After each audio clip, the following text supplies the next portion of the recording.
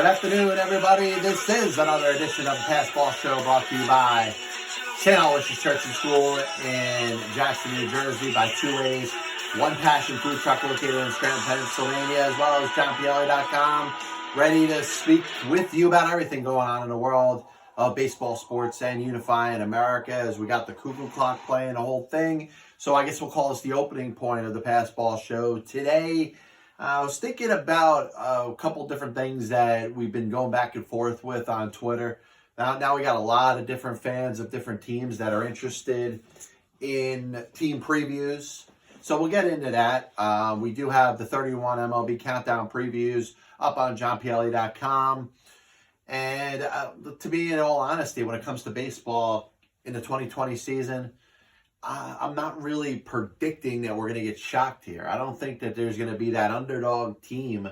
We're not going to have a Rays Athletics ALCS. I'm sorry. We're not going to have, the Pirates Padres battling it out to get the World Series in the National League. I think a lot of it's going to have to do with the heavyweights, the big teams in Major League Baseball, the big spending teams. And as I've spoken about and mentioned on the last show, a team that a lot of people are writing off very easily, and for reasons that may not be baseball related. In other words, you could say, hey, cheating in baseball at the Houston Astros, yes, that's baseball related, but some people are starting to judge what they expect out of the Houston Astros based off of how they feel about them. Listen, if you're not a Houston Astros fan, odds are you probably hate the Houston Astros. You're probably pretty pissed off at what the Houston Astros did, and maybe when it comes down to it, you could say they got away with in the 2017 season and maybe later. But to me, there's no reason to judge that team. Yes, you could be pissed at them. You could call them every name in a book, but then you go out there and just say, oh, well, they're going to be the last place in the American League West.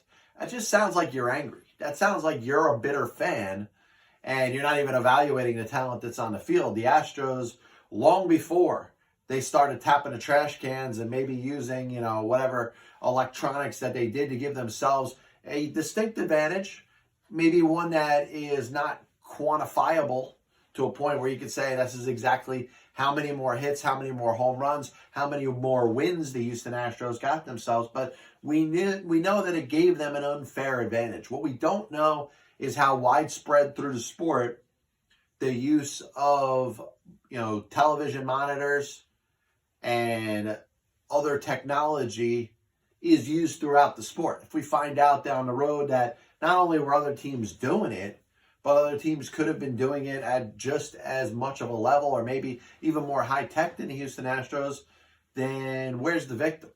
And once again, the only person that's a victim is that person that has nothing to do with baseball, the person that is thousands of miles away in the virtual world of being a Major League Baseball player, having anything to do with Major League Baseball. They seem like they're the ones that are most butthurt. They seem like they're the ones that are the angriest and have shown the most vitriol. But we will talk a little bit about the Yankees, a little bit about the Dodgers later on in the program. I had to mention about Mika Zibanejad's 5-goal game for the New York Rangers. Exciting time. Something you don't see that much in the NHL, but it did happen a couple years ago. Was it Patrick Kane, I believe, was the last one to do it. We look at, and it's funny, we try to mention what we think when we believe or remember 5-goal games in hockey. And listen, I look at 4-goal games, and I think that is outstanding. You've seen hundreds and hundreds of times in the history of the National Hockey League that there's been 4-goal games, but right now it's not as common. So somebody does that, it's a big story. So I understand why it is a big story for an NHL player to get 5 goals in a game, especially the way that this young man ended up doing it. He gets the game-tying goal to tie it at 3-3 or 4-4 or whatever. Then he gets the next goal to put them ahead 5-4. And then after the game is tied, he gets a breakaway goal in overtime to win the game and score his 5th.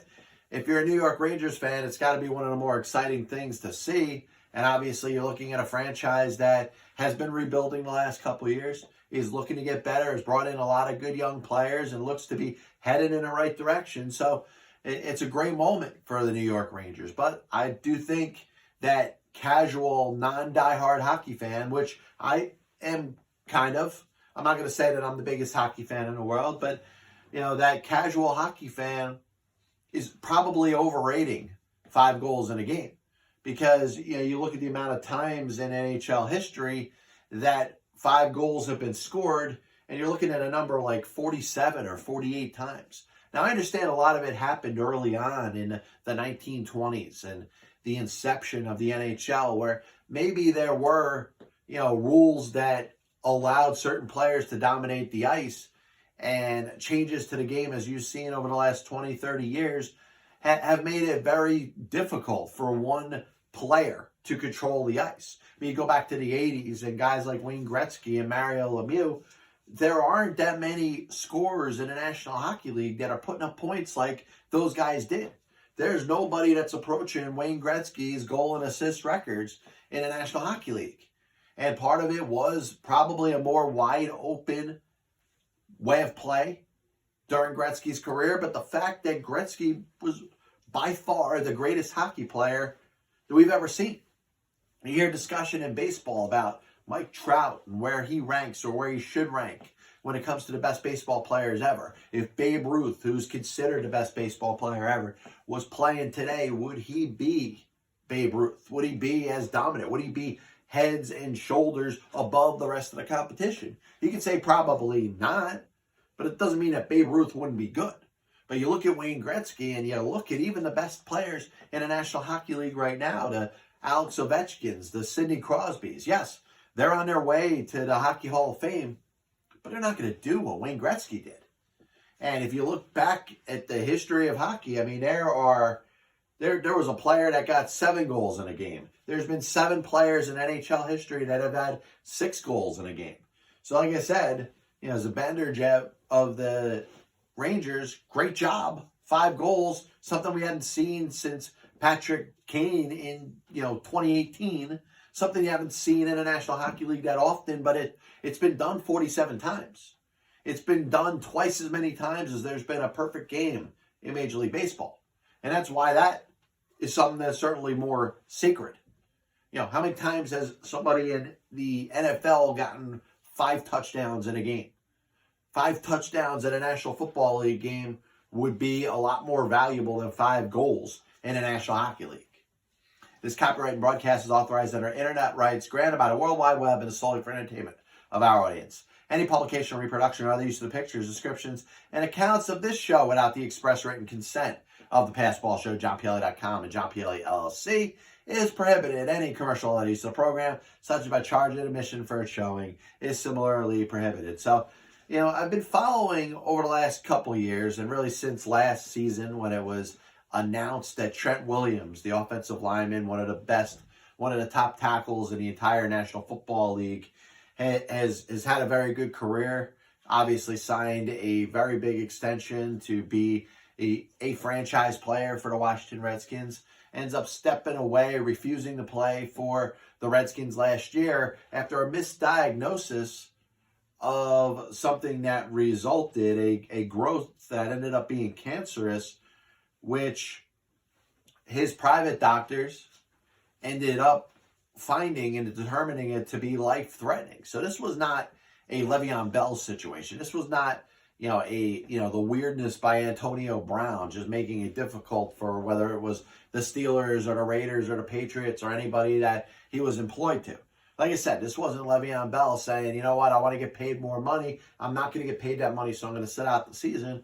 Trent Williams, yes, it doesn't look good anytime a player in any sport is being paid, is under contract, and decides that they're not going to play. But obviously, this is a little more of a tricky situation because it involves something that is life-threatening and something that the Washington Redskins obviously missed. And I'm using the most polite words that I possibly can by saying they missed this. This is negligent on their part. This is really bad. The fact that they have doctors that diagnosed something about, 3-4 years ago, and they didn't get it right.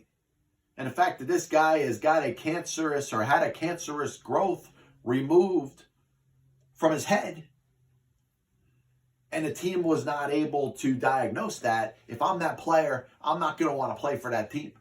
And hopefully Trent Williams earned his salary, the amount of money that he was going to be paid in a situation like this. And I get it. It's tough for the Redskins because now they have all this extra money that's hitting them on a salary cap for a player that's not playing. But they're the ones that screwed up here. They're the ones that are borderline criminal in a way they handle this thing. And I'm sorry, there's some things when it comes to a diagnosis, you talk about a second opinion, sure, but you can't miss cancer. I'm sorry. If you are a doctor, whether you work for a team, whether you work for a huge medical practice, and there's a cancerous growth that somebody has and you miss that's horrible. That's as bad of a job as you're ever going to do. So Trent Williams, who didn't play last year, and it's pretty much understandable why he chose not to play for the Washington Redskins last year. Now he's in a position where the Redskins, yes, they're trying to trade him. But now, you have to make sure that he is given that full bill of health. Well, with doctors, by the way, how much are you trusting the Redskins doctors now? If you're Trent Williams and the Redskins are like, yeah, let's say examine you to see where you're at before we trade you. Let's give you a full or a clean bill of health before we trade you. Number one, if you're the other team, you're like, these are the same doctors that misdiagnosed something that turned out to be cancer. That's like the sin of all sins. That's like malpractice out of all malpractice. It's just something that should not have happened. And you look at a guy that, has had a very good career, is probably looking for phase 2 of his National Football League career, is probably going to have to trust his doctors over that of the Washington Redskins doctors. And if you're giving them a physical, if you're the Redskins giving them a physical, you look pretty silly. How could your doctors be trusted after you didn't diagnose something that turned out to be cancer? So, was thinking about this the other day, and we get a lot of very good feedback in regards to things going on the show. People ask questions. Somebody had a question about Zack Wheeler, and I really believe that Zack Wheeler, if he does very well over the next 5 seasons, his contract with the Philadelphia Phillies, him and Patrick Corbin may set the new market over how a pitcher is going to be paid. You look at a guy like Trevor Bauer, who's getting set for free agency. Marcus Stroman will be a free agent at the end of this year. And, the precedence has been set that these guys don't want those extensions. They want to be the top free agent on the market, in a free agent system we know in Major League Baseball has certainly had some ups and downs. Last year, or this past year, looked like the free agents did well. And obviously the top free agents were pretty strong. Garrett Cole, Anthony Rendon, Steven Strasburg, they all ended up getting paid pretty well. You look at guys like Bryce Harper or Manny Machado last offseason, they were the elite of the elite. They ended up getting their money, but they had to wait for it. So you have seen, a little bit of a change. There's not that guarantee that every single star player that hits free agency is going to get the type of buck or coin that they're looking for. So you think of starting pitchers and the value of starting pitchers, which I believe has changed over the last couple seasons. And you've seen the use of teams going to the bullpen mentality, bullpenning, using openers to start games, going to entire bullpen games, pulling starters after 3-4 innings. Certainly in the playoffs, you've seen the length or the amount of stamina for pitchers not being that long, and the hook being very quick when it comes to managers in the postseason. So when you're compensating pitchers to get you 7, 8, 9 innings, you're not seeing that anymore. And I'm wondering how that's going to impact this generation of pitchers. And I look at two guys, in Patrick Corbin and Zack Wheeler. I don't think they have very many complete games between the two of them. And I'll pull it up as I'm talking. I can't walk and chew gum at the same time. I definitely know I can't look up stats and speak at the same time, but I'm going to try. But you're looking at pitchers in Corbin and Wheeler that are not known to be guys that are going 9 innings. In fact, Patrick Corbin in his entire Major League Baseball career has pitched 5 complete games. 3 of them were in 2013 with the Arizona Diamondbacks before he had Tommy John surgery. He's thrown a complete game shutout, 1 in each of the past 2 seasons. So, you look at him and then you look at Zack Wheeler, and these are guys that are going to be amongst, at least for a little while, the highest paid pitchers, the highest paid starting pitchers in all of Major League Baseball. Now, I see the similarity between Wheeler and between Corbin. They both had similar careers. They both had seasons lost because of Tommy John surgery, and they both had very strong showings as they got towards their last couple years of free agency. Zack Wheeler in his entire career has 1 complete game shutout. That was in 2014 before he had Tommy John surgery. So you're looking at basically 2 pitchers that aren't going to be asked to go 9 innings unless they are working on something special, unless they are borderline throwing a no-hitter or a perfect game. Odds are they're not going to see the 8th or the 9th inning anymore. So when is it going to, where we're going to see a difference in the compensation when it comes to starting pitchers? You're already starting to see reliever salaries go up. You're already starting to see relievers get the qualifying offer in regards to Major League Baseball and free agency. 17 or 18 million for 1 year for a relief pitcher is not that much anymore. Now, it may be overpaid for a reliever for what they do. The fact that very few of them will go more than 1 inning. There's only a couple of Josh Haders in Major League Baseball that are able to, on a week in and week out basis, go, that 2nd inning. Seth Lugo does it with the Mets. There's a couple other pitchers in baseball that have been able to go out there and pitch that 2nd inning, or pitch the 7th and 8th inning, or pitch the 8th and 9th inning. But you're talking about $17 million, and I don't want to sound like a boomer, but that is a lot for a relief pitcher. That is a lot for somebody that very seldom is going to go more than 1 inning. So what's the value of the starting pitcher? If a reliever, a top reliever, an elite reliever, is making $17, $18 million a year, does that mean that that elite starting pitcher is worth up to 40? And once again, I have an issue identifying what the proper compensation is for a star pitcher right now. Because it's a shame. You look at the guys like Tom Seaver and Steve Carlton, and obviously go back to generations before that. You're talking about the Bob Gibsons and the Juan Marichals and the Sandy Koufaxes. I mean, it's impossible to talk about how great a pitcher that pitched past 1980 can be in comparison to Sandy Koufax, because he pitched 9 innings every time.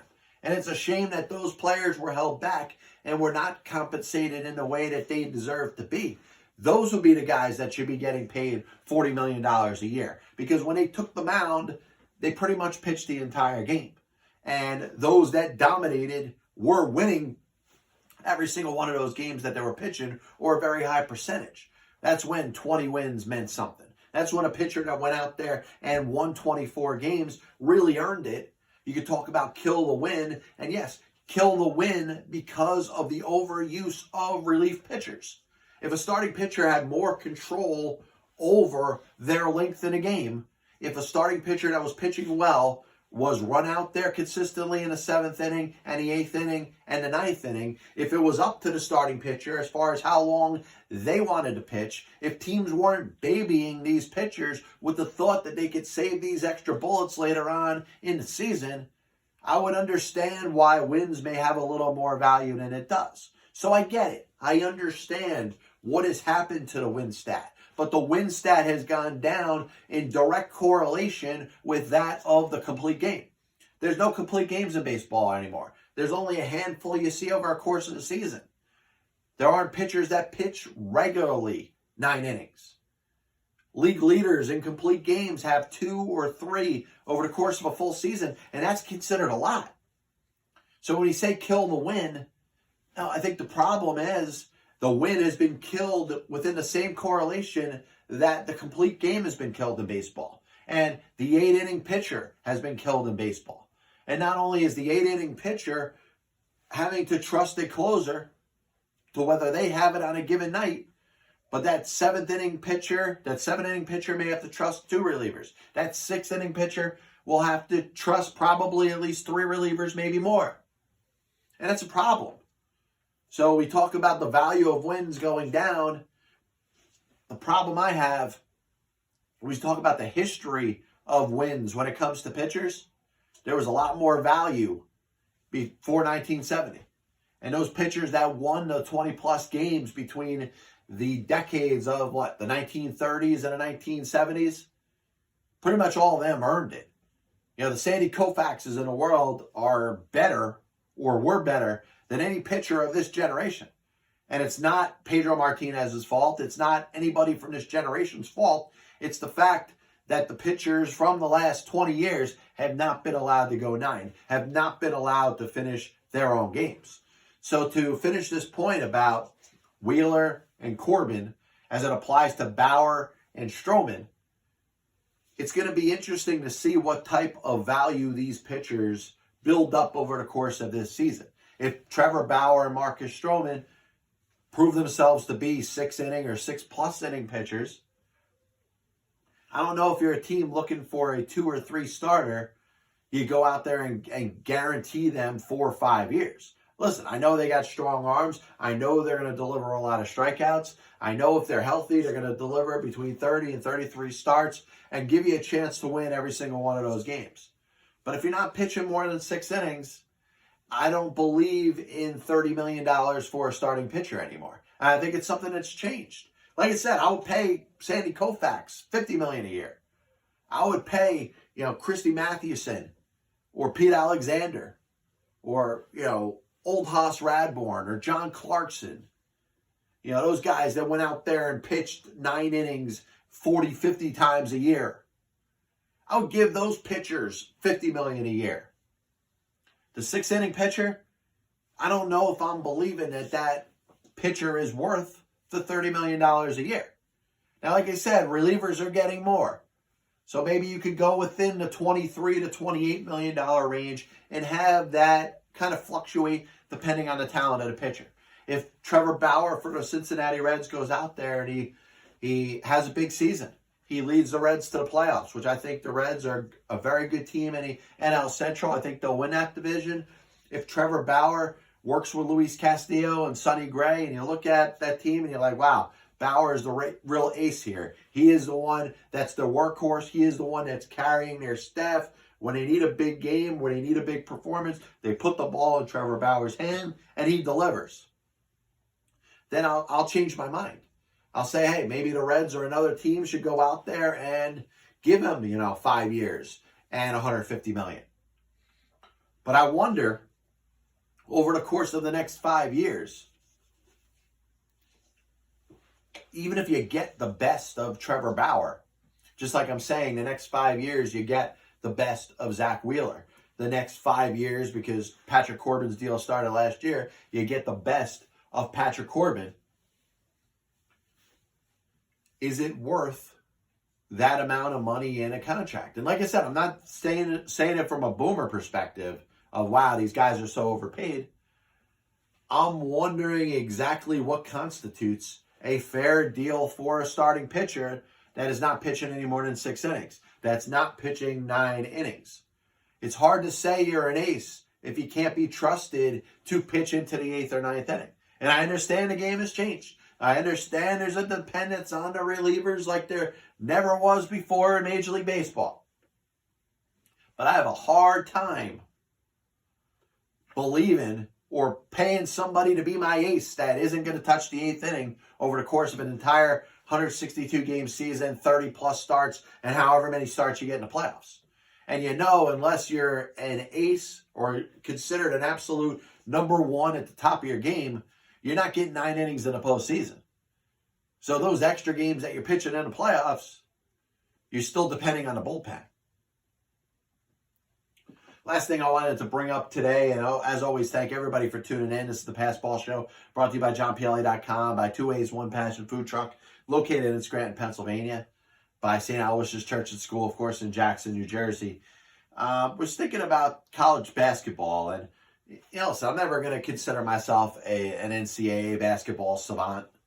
But obviously, a couple of things that stand out this year are the performance of some of the schools that don't necessarily get thought of amongst the big powerhouses in basketball and college basketball. You think of teams like the schools like Dayton and Baylor and San Diego State, and I wonder what type of opportunity or chance they're going to get to win themselves a national championship as we get towards the end of this month. Now, obviously, they're all going to be seeded very high. There's a chance that I may have named 3 of the 4 top seeds in the upcoming, field of 64-plus bracket.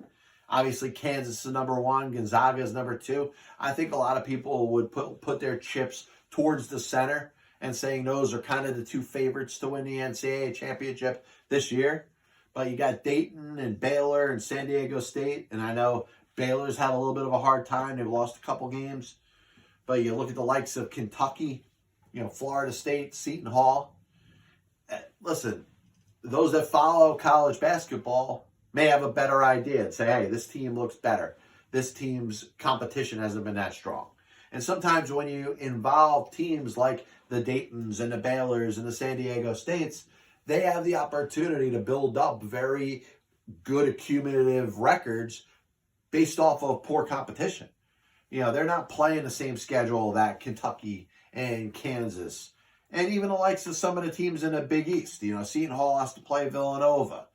Louisville is in the Big Ten, and you got the likes of Duke, who's got to go up against Virginia and North Carolina. I know North Carolina isn't having a good year, but you understand that these teams have to go out there and play really good teams. They have to play other teams that are going to be in this tournament. Who's competing with the likes of Dayton and Baylor and San Diego State in our own conference? So I think because of that, you're going to get a little bit of disrespect when it comes to these teams, but they're going to have the opportunity to prove themselves. And I'm glad. I'm glad what stands out about a sport like college basketball is the fact that schools, and I'm not going to call them mid-majors, they are fairly, well-known schools, just not prominent when it comes to the world of college basketball. They're not thought of amongst, the UCLAs and the Dukes and the Kansases and the Kentuckys and the Wake Forests and whatever teams you want to look at, Syracuse and Georgetown, and teams that have won, multiple NCAA championships in college basketball.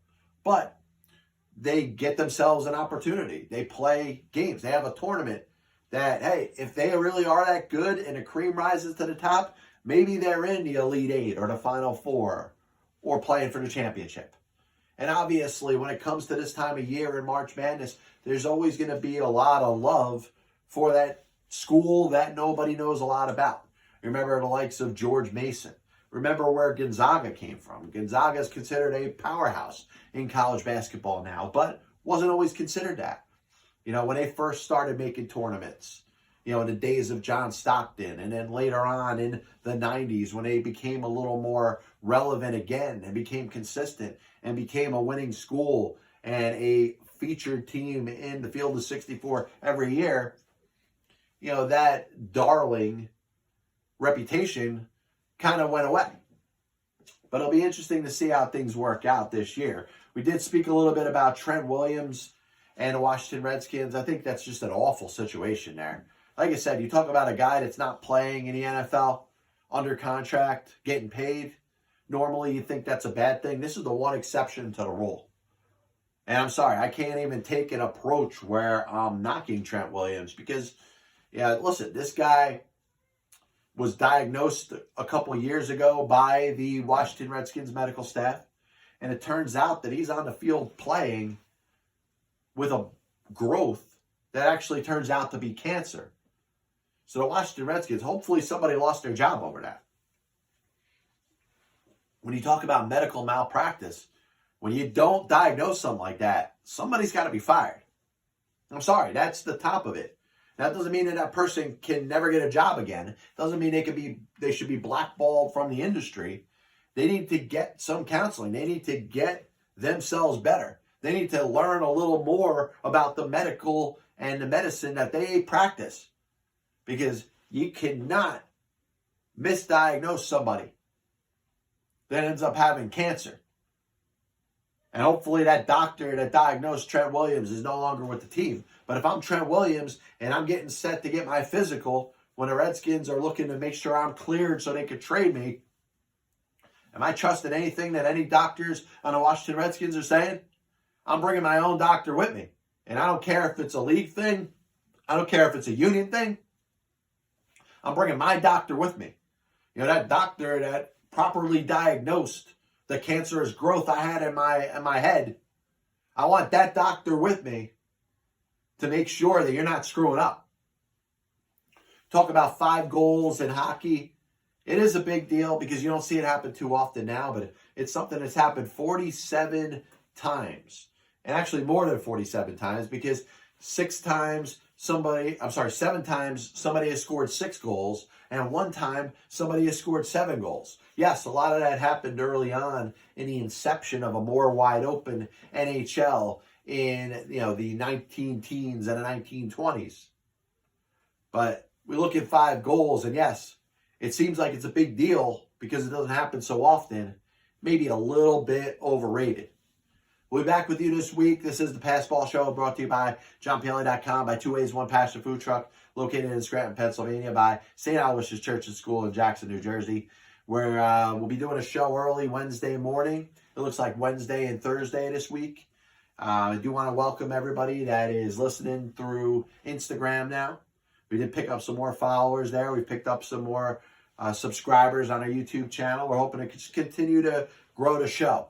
We're going to do 1-minute clips on Instagram. Obviously, you can follow my YouTube videos on my page, John Pielli. We got iTunes, Google Play. You can download my podcast, The Passball Show. Be back with you Wednesday. Enjoy your weekend. Enjoy your XFL, which, by the way, I am an XFL fan. See you Wednesday. God bless you. And as always, I'll see you on the other side.